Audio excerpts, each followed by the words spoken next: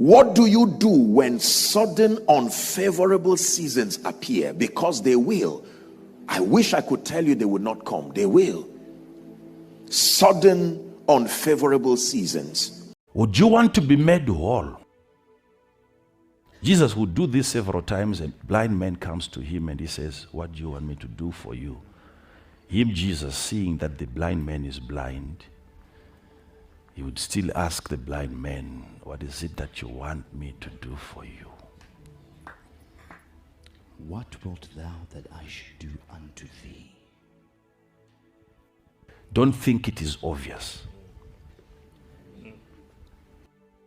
Don't think it is obvious.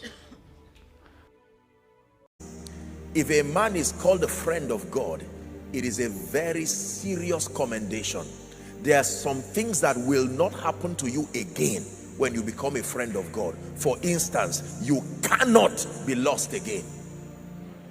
It is a privilege for you to be lost. God will take you, even if it's an untimely death, but you will not be lost again. It is a status and an honor when a man is called a friend of God. If your faith just stops or is limited to receiving things, there is a dimension of God's design of faith that you may never step into. Are we together now? Praise the name of God. Can I tell you, you must protect your joy. It is better to lose money and have your joy with you.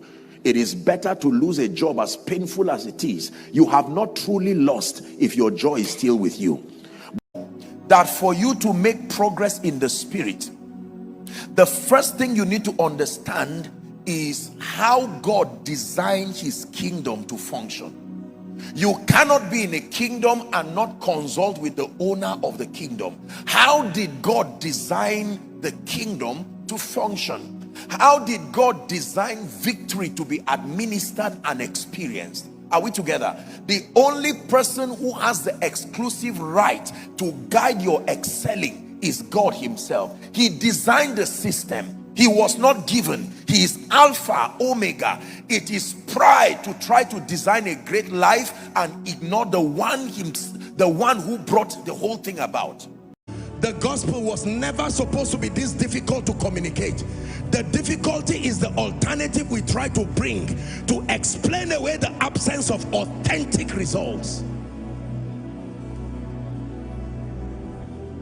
Hear me? I was saying leadership is the ability to combine imperfect people to produce a system that works.